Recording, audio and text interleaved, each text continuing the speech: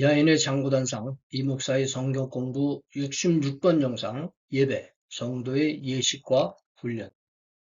안녕하십니까. 미국 애리조나 북부 그랜드 캐년 동쪽에 있는 투바시티라는 작은 광야 마을에서 미국 원주민 나바호족 그리고 호피족과 함께 살고 있는 이 목사입니다. 부족한 것이 많지만 이곳을 좀 더 살기 좋은 곳으로 만들고자 아주 작은 촛불 하나 들려고 애쓰는 일꾼에 불과합니다. 이번 영상에서는 예배에 대해서 생각해 보려고 합니다. 신앙생활의 큰 그림에 의하면 예배는 기독인의 네 가지 진리, 즉 본질이죠. 즉 교리, 윤리, 교리는 생명, 윤리는 사랑, 공동체는 교회, 그리고 예식으로서 예배가 하는데 그 중에 하나죠. 또한 두 번째 칸, 제자 훈련의 매우 중요한 기능적인 요소입니다. 이런 본질이 있고 또 기능적인 요소도 있다. 이런 차원에서 두 가지를 우리가 말씀을 나누려고 하는 것이죠. 여기 큰 그림을 제가 가져왔습니다. 이 진리, 제자, 훈련, 삶, 하나님의 나라 네 기둥에서 네 가지 또 진리를 제가 네 가지로 이렇게 중요한 진리를 저기 정리했지 않습니까? 여기 보면은 예식의 예배가 있습니다. 그리고 제자 훈련에서도 가장 중요한 제일 먼저 나오는 예배. 우리가 예배를 당연히 드려야 하지만 우리가 이 제자 훈련의 차원에서도 예배를 잘 이해를 해야 되겠다 이런 생각이죠. 예배는 여러모로 연구되고 실행되는 신앙 행위로서 더 이상 새로운 지식이 나오기 어려운 분야가 아닌가 이런 생각이 들긴 합니다. 그것이 본질의 학습이든 행습상 학습이든 저도 이 영상에서 한번 꼭 짚고 넘어가야 할 필수 요소이니만치 최대한 간단한 일반론과 일단의 개인적 통찰을 나눠보려고 합니다. 그러기 위해서 예배의 정의, 예배의 역사, 예배의 형태, 예배의 방법, 요소, 그리고 예배의 목적 이런 일반적인 것들을 우리가 함께 나누는 동시에 또 한두 가지 개인적 성찰을 두서없이 나눠보려고 합니다. 예배의 정의죠. 예배는 창조주이시자 유지하시고 구원하시고 심판하시는 삼위 하나님께 나아가 그분에게 합당한 예의라고 하는 것은 공손함을 표현하는 거 아니겠습니까? 그것을 표하는 것입니다. 우리가 그분에게 나타나서 그분이 받게 합당하신 우리가 그러한 경배, 숭배를 드린다고 하는 거죠. 그리고 또 이거는 어떻게 되면 예배의 어떤 목적이나 이런 것이 될 수도 있겠지만 동시에 그 감화를 덧입기 위함이다. 이렇게 덧입기 위함이다. 요거에 대해서는 조금 이따 더 예배의 목적이라든가 이런 것을 좀 말씀을 더 나누게 될 것 같습니다. 자, 우선 예배의 역사를 이렇게 이건 뭐 굉장히 일반적인 거니까 여러분들이 꼭 기억하거나 이러실 필요는 없겠지만 그래도 우리가 우리의 예배를 이해하는데 조금 도움이 될까 싶어가지고 제가 한번 생각해 봅니다. 이 족장시대 성경을 이렇게 쭉 읽어보면 이 사람들이 어떻게 예배를 드냐. 족장시대에는 제단 중심의 예배를 드렸고 출애굽 광야 이후 다윗까지의 성막 중심, 이 모세가 지은 성막 아닙니까? 그 다음에 왕국시대 솔로몬의 성전 중심으로 예배를 드렸고 이스라엘 백성들이 바벨론의 포로로 잡혀간 이후에는 그 회당 중심, 우리가 이거를 회당이었을 거라고 생각을 하죠. 사람들이 그 지역에서 모이는 그 모임을 중심으로 예배를 드렸고 그들이 다시 귀한 후에 돌아서는 성전 재건을 하지 않습니까? 수르바벨 성전이라고 우리가 하죠. 그 성전을 중심으로 다시 성전 중심의 예배를 회복을 했죠. 그러나 그 당시에 흩어져 있던 돌아오지 않은 사람들은 계속해서 이산자로서 그들이 처해져 있는 곳에서 회당 중심의 또 예배를 드리지 않았는가.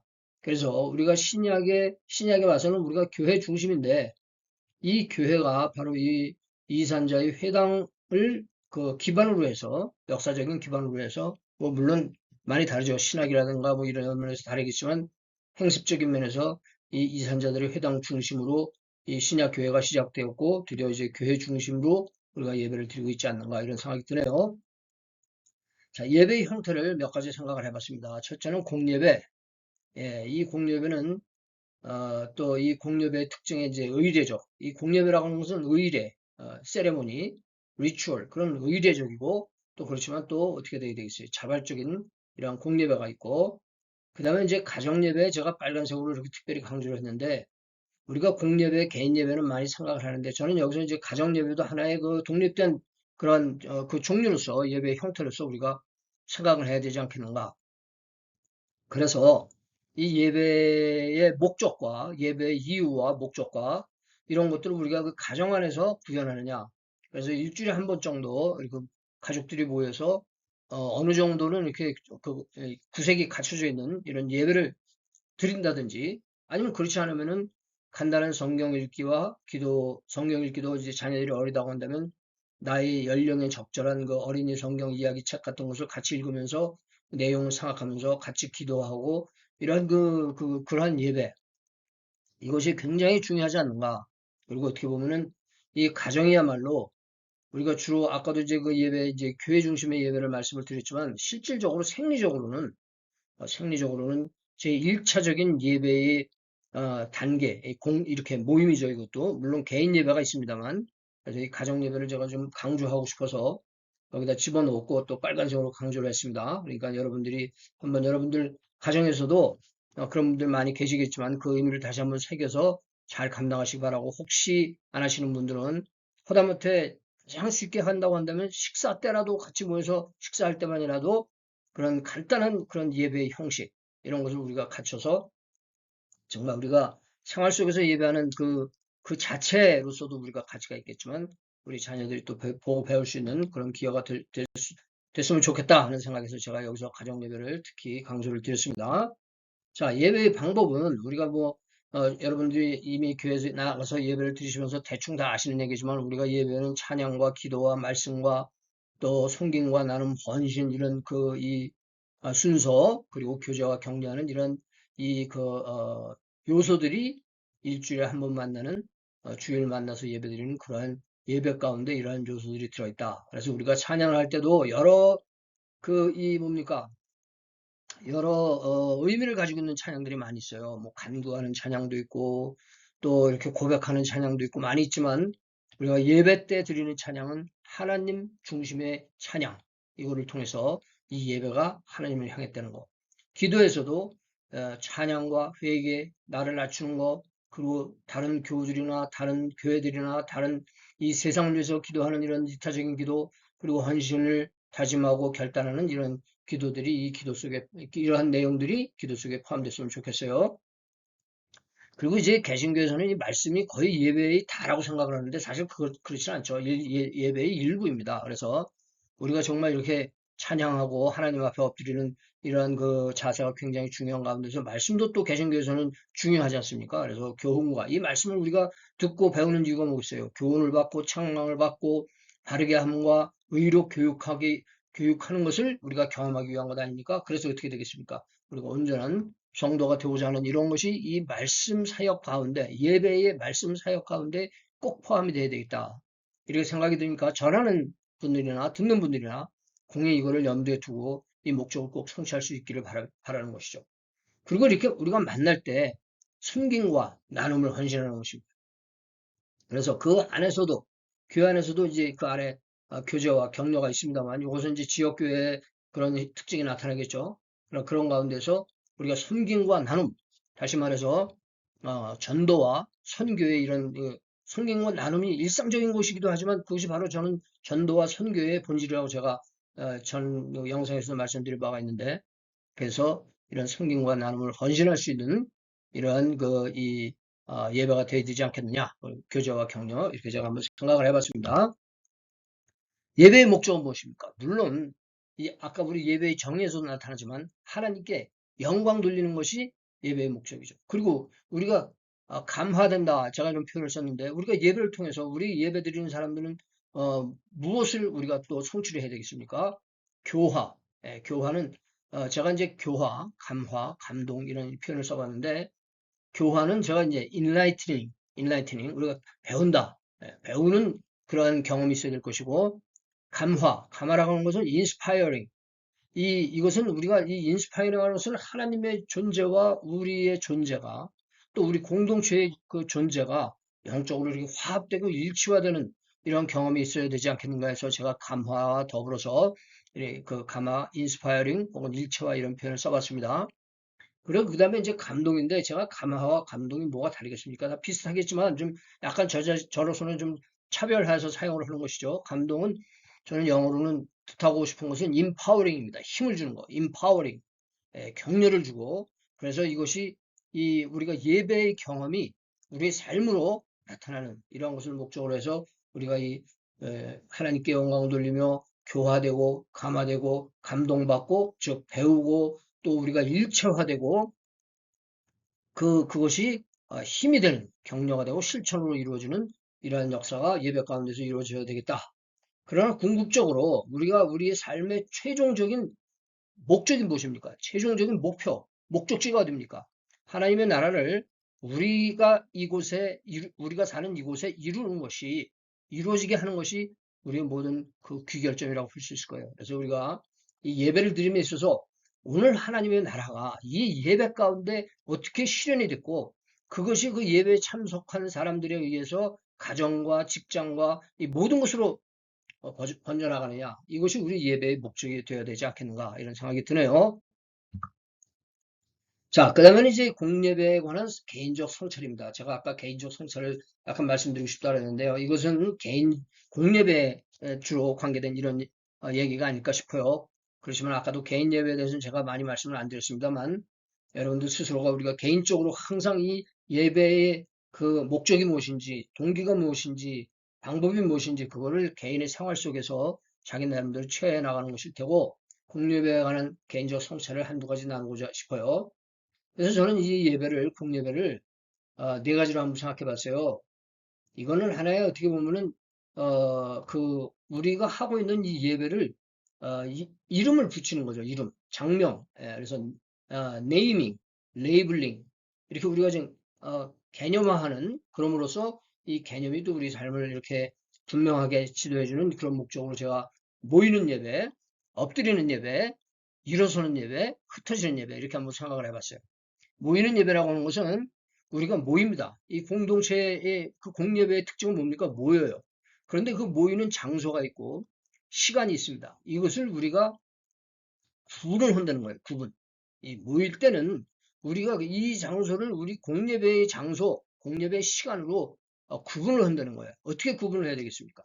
정말 중요한 그런 장소, 중요한 시간, 의미 있는 장소, 의미 있는 시간, 그런 것으로 우리가 규정을 해야 된다고 하는 사실이죠. 그럼으로써 우리가 예배를 어떤 자세로 드리느냐, 아니면 어떻게 복장이나 그 어떤, 이것이, 소위 말해서 문화적인 코드가, 문화적인 경향성이 될 수 있다고 할 수 있지만, 복장 등이라든가 이런 걸 통해서 우리가 모이는 예배를 드릴 때는 이 시간과 장소를 구분한다. 예, 구분한다. 우리가 이곳을 거룩한 장소로 구분한다고 하는 이런 자세가 굉장히 중요하지 않겠는가? 그 다음에 두 번째, 엎드리는 예배. 이것은 존귀한 하나님 앞에서 겸손히 엎드린다는 걸 말하죠. 내가 하나님 나라 예배에 임하면서 나의 존재, 하나님의 존재를 알고 나의 존재를 알기 때문에 내가 그 존귀한 하나님 앞에서 나 자신을 낮출 수밖에 없다. 그래서 이 엎드린다고 하는 단어를 성경에서 찾아보면요, 예배와 관계돼 가지고 너무나 많은 곳에서 엎드려 하나님께 경배한다, 이런 표현들이 많이 나오는 걸 볼 수 있어요. 정말 예배 가운데 우리를 정말 낮추고, 정말 이 바닥까지 낮추고. 그래서 사실 실제로 우리가 예배, 그 성경에 보면 엎드려 경배한다 할 적에 엎드리는 자세가 어떤 자세입니까? 정말 땅에 엎드리고 내 머리를 땅에 대는 그런 자세 아니겠어요?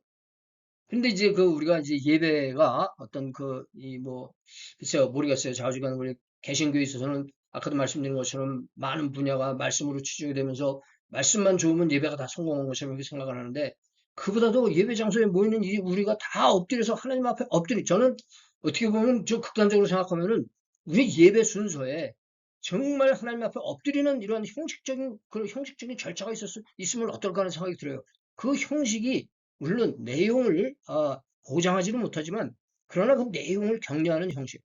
그래서 우리가 이제 어느 교회 가서 예배를 드리면은 예배를 드리러 교회를 가서 보면은 교인들이 이렇게 이제 입장을 해요. 예배 전에 입장을 해서 이 사람들이 그 강단 앞까지 갑니다. 강단 앞에까지 가서 정말 무릎 꿇고 머리 숙여서 잠시 묵상의 시간을 갖습니다. 그때 정말 우리가 여러 가지 생각을 할 수 있겠지만, 제가 하나님, 존귀하신 하나님 앞에 와서 머리를 숙입니다. 이 부족하고 연약한 저를 받아주시고 이 예배 가운데 하나님의 은혜를 저에게 베풀어 주십시오. 이러한 자세가 참 있어야 되지 않겠는가. 예, 우리 개신교, 어떻게 보면은 그 나름의 화려한 그런 그 형식이 있지만 진심으로 하나님 앞에 와서 우리가 엎드리는 이런 예배를 우리가 회복해야 되지 않겠느냐, 유지해야 되지 않겠느냐, 이런 생각으로 제가 엎드리는 예배에 대해서 말씀을 드렸어요. 우리가 엎드리면 계속 엎드리만 있습니까? 일어서는 예배. 일어설 때는 우리가 어떤 마음으로 일어섭니까? 예배에 격려받고 말씀에 격려받고 기쁨과 감사로 격려될 때 우리는 일어나는 것이. 그리고 우리 일어난다고 하는 것은 무엇입니까? 일어난다고 하는 것은 이제 흩어질 시간이 되죠. 우리 공예배는 흩어지기 마련입니다. 반드시 흩어집니다. 흩어져야 합니다. 그래서 이 흩어지는 예배는 무엇입니까? 사명적 감동과 순종. 사명. 우리가 감동을 받았어요.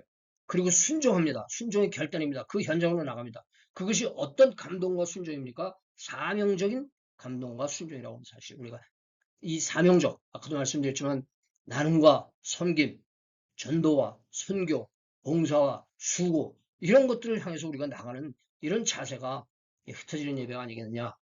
모이는 예배, 엎드리는 예배, 일어서는 예배, 흩어지는 예배. 우리가 한번 제가 이렇게 실제로 예배를 드리면서 이 말씀을 생각하면서 이런 말씀을 나눴습니다. 여러분들에게 얼마나 이것이 참 어떠한 그이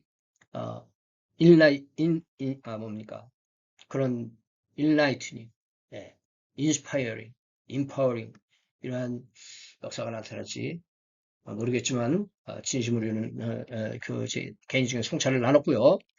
두 번째 이제 성찰은 공예배에 관한 개인적인 또 성찰입니다. 이 예배는 제가 특히 이제 이거는 예배를 조직하고 인도하는 사람들에게 꼭 필요한 자세가 아닌가 싶어요. 그래서 첫째는 뭐예요? 여기 우선 성경 구절 보죠. 고린도전서 14장 24절에 보니까 모든 것을 적당하게 하고 질서대로 해라. 이거 아주 정말 정말 쉬운 말이지만 그 내용이 그것을 어떻게 우리가 그렇게 할 것이냐 할 때 그 동양사상에서도 중용이라고 이런 그 사상이 있지 않습니까? 이거 뭐 대충 어지는 게 아니죠. 정말 더도 아니고 덜도 아니고 가장 어떻게 보면 최선의 그 질서를 지키자 이런 의미로 우리가 바울이 고린도 교회에 말하고 있는데 첫째는 이 예배가 하나님께 드리는 예배인이 많지 하나님이 받으실 만한 예배가 되어야 되지 않겠는가? 하나님께 진심으로 예배 드리는 것이죠. 그래서 God sensitive예요. God sensitive. 그래서 제가 원주님께서 말씀을 나눌 때 저는 항상 제가 말씀을 나눌 때 제 자신 돌이켜보는 것이 무엇이냐면 오늘 내가 나누는 이 말씀을 하나님이 얼마나 기뻐하시느냐. 하나님이 얼마나 인정하시느냐. 저는 그것이 가장 중요하다고 생각해요. 그래서 저는 그렇게 생각합니다. 제1 오디언스, 저에게 가장 중요한 이 메시지의 청중은 하나님이시다. 하나님이 이 메시지, 이 말씀을 기뻐하실 때 하나님께서 그 감동을 그 예배하는 사람들에게 저는 전달해 주실 걸로 저는 확신해요. 그러나 제가 하나님을 만족시키지 못한다면, 말씀 가운데서. 하나님을 기쁘시게 못한다고 한다면, 그건 뭡니까? 그건 벌써 나의 사념을 가지고 무언가 교인들에게 강요하는 이런 예배가 아니겠어요? 그래서 그런 메시지, 그런 예배가 아니겠느냐. 그래서 우리가 하나님께 진심으로 하나님 센시티브, 하나님에게 민감한 이런 예배로 조직을 해야 될 것이고 두 번째는 나눌 만한 예배다. 그래서 받으실 만한 예배를 제가 acceptable 이렇게 말을 했는데 나눌 만한 예배는 이렇게 나눈다. 이거보다는 제가 영어로는 presentable. 이거 내가 이렇게 내놓을 수 있다. 제시할 수 있는 그래서 다른 사람들이 받아들일 만한 예배가 되어야 되지 않겠느냐. 무엇을 생각하는 것입니까? 이것은 예배자들을 같이 예배 드리는 사람들을 생각하는 그 배려예요. 그래서 여기가 human sensitive, worshiper sensitive라고 볼 수 있겠죠. 예배 드리는 사람들에게 우리가 민감한 그런데 우리가 예배 드릴 때 우리가 동료 예배자가 있어요. 우리가 익숙한 문화를 나누는 동료 예배자도 있고 방문자도 있고 또 더군다나 초신자들도 있단 말이에요. 그런데 이 모든 사람들을 예배 조직하는 사람들이 잘 그 배려를 해서 정말 모든 사람들에게 이렇게 나타낼 수 있는, 보여줄 수 있는, 보여주기 위한 보여줌이 아니라 그들이 정말 받아들이기에 수월한 그렇게 그런 예배를 우리가 조직하고 예배를 드려야 되지 않겠느냐. 그래서 human sensitive라는 말을 한번 써봤어요. God sensitive, human sensitive. 말씀이 거의 다 맞춰갑니다. 생각보다 시간이 제가 설명을 하느라고 시간이 조금 길어지고 있지만 마지막으로 요한복음 4장 24절의 본질적인 교훈을 한번 생각하고 오늘 말씀을 마치겠습니다.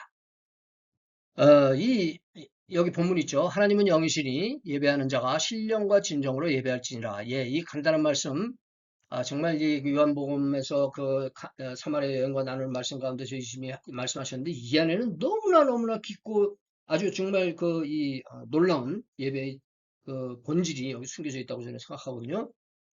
근데 한 가지 아쉬운 것은 하나님은 영이시니 예배하는 자가 신령과 진정으로 예배할지니라. 이 번역이 조금 제가 좀 아쉬워요. 왜냐하면은 원래 본문은 내용은 하나님은 영이시니 예배하는 자가 신령과 진정으로 예배한다면 신령도 정성껏, 진정도 정성껏 이런 식으로 우리가 생각을 하게 되는데 실제로는 영과 진리 안에서 예배할지니라. In spirit, in truth. 예. 그래서 영과 진리 안에서 예배할지니라. 이렇게 사실은 제가 본문을 저는 그렇게 이해를 합니다. 그래서 여기 진리 안에서 예배드리고 영 안에서 예배드린다고 하는데 진리 안에서 드리는 예배는 무엇입니까? 이거는 저는 이 진리 안에서 예배를 드려야 된다고 하는 것은 예배의 본질적인 이유라고 생각해요. 왜? 여기 물론 어떻게도 들어있어요. 왜? 누구에게? 예, 최소한도 왜? 누구에게? 이것은 본질적인 이유 아닙니까? 그래서 오직 참 하나님, 예, 창조자들이시고 모든 것을 유지하시고 구원하시고 심판하시는 분에게만 예배를 드린다고 하는 거예요. 우리의 예배는 이러한 분이 아니면 예배를 받을 수가 없어요. 이러한 분이 아니면 뭐예요? 다 우상숭배예요. 다 우상숭배. 그래서 창조자 되시고 유지자 되시고 구원자 되시고 심판자 되시는 하나님에게만 예배를 드려야 한다고 하는 사실. 그 다음에 이제 영 안에서 예배를 드린다고 하는 것은 무엇이냐? 저는 이렇게 생각해요. 하나님의 영과 우리가 예배를 드리는데 영이신 하나님에게 우리가 예배를 드리는데 우리의 자아 중에서 영자, 영이 동원되어야 되는 이러한 예배가 되어야 된다고 하는 것입니다. 예, 이거는 좀 어떻게 보면은 받아들이기가 쉽지 않은 그런 이해하기가 쉽지 않은 표현이 아닐까 싶은 생각도 드는데 우리에게는 몸자가 있고 마음자가 있고 영자가 있거든요. 그런데 이 예배에서는 영자가 동원이 되어야 된다고 하는 사실이죠. 그러기 위해서는 우리 육신적인 자아, 정신적인 자아가 다 길을 비켜야 가장 내심 깊이 들어있는 나의 영자가 하나님에게 표출되고 하나님과 감화되는, 예, 감화되는, 예, 그런 서로가 사실 우리의 영은 어디서 온 것입니까? 하나님의 영으로부터 온 거기 때문에 이 영이 유전자가 같은 거예요. 코드가 같은 거예요. 그것이 이 예배 가운데서 정말 그렇게 이렇게 결합되고 화합되고 조화를 이루는 이러한 예배를 우리가 드려야 되지 않겠느냐. 그래서 우리가 예배에 여러 가지 방법이 있어요. 그러나 거기서 어떤 거든지 빼는 결국은 그것을 통해서 이루어야 할 것은 무엇입니까? 우리 영이 하나님의 영을 만나고 예, 그 영과 감동하고 감화하고 이것이 좀 가장 본질적인 방법이 아니겠느냐. 여기서 우리가 이렇게도 할 수 있고 저렇게도 할 수 있고 뭐 교단에 따라서 무슨 다 교회 예배의 형식이 다르고 교회에 따라서 다르고 목회자에 따라서 다 다르지만 결국은 우리의 영이 하나님의 영과 하나 되는 이러한 역사가 있어야 되지 않겠느냐. 이렇게 말씀을 드립니다. 예, 여기부터 제가 말씀드린 것처럼 이제 부록입니다. 여러분들이 참고하실 것들이 있다고 한다면 화면을 잠시 정지하시고 참고하시기 바라고요. 예, 이것도 우리 사역하는 우리 어떤 기본 정신. 예. 이 화면 여러분들에게 계속 많이 보여드리는 화면 아닙니까? 근데 오늘 제가 이번에는 화면을 하나 더 첨부했어요. 보시면 요겁니다. 같은 이제 그 차트인데 같은 그림인데 신앙의 큰 그림이죠. 근데 여기다가 뭐를 넣냐면 영상 번호를 넣었어요. 영상 번호. 그래서 예를 들면 아버지 하나님에 대해서는 43번 영상 A043 그러니까 43번 영상, 아들 하나님에 대해서는 44번 영상, 성령 하나님에 대해서는 45번부터 54번까지 영상. 이런 식으로 제가 영상 번호를 빨간색으로 이렇게 잘 보이게 빨간색으로 넣었어요. 교리, 생명, 믿음은 58, 60, 그리고 26. 그 다음에 윤리는 63, 사랑이죠. 교회 공동체는 61, 예식 66번, 오늘 영상이에요. 그리고 이제 이 예배도, 그 제자 훈련에도 예배 이렇게 해가지고, 좀 이런 저기를 다 번호를 넣습니다. 이 번호가 아직도 이런데 번호가 없죠. 죽음이나 심판 이런데 번호가 없고, 이런 몇 가지 없습니다. 이런 거 이제 앞으로 제가 마저 이렇게 하기 위해서 저 자신을 위해서도 만들었지만, 여러분들이 이 차트에 관계된 그런 메시지를 찾아보시기를 좋게 하라고 이렇게 번호를 제가 매겨드렸습니다. 지금 저는 이렇게 해드리면 좋겠다는 생각에서 이렇게 해드리는데 이것이 여러분들에게 아유 이 사람 자상하네 예, 참 내가 많은 도움이 되겠다 이렇게 생각을 하실 수 있다면 좋겠네요. 물론 제가 지금 영상을 66개를 올렸는데 여기에 포함되지 않은 영상들도 많이 있죠. 여기에 포함되지 않은 영상들도 많이 있으니까 그만큼 이 차트는 하나의 그 편의성을 위해서 만든 거지 그 이외에도 우리가 생각하고 참 알아봐야 할 것들 그 외에도 많은 줄로 생각됩니다. 말씀을 통한 오늘의 교제에 감사드리며 다음에 또 뵐 때까지 성령 안에서 의와 평강과 희락이 귀 가정에 충만하시기 바랍니다. 저는 이만 여기서 잠시간의 작별 인사 드립니다. 학권의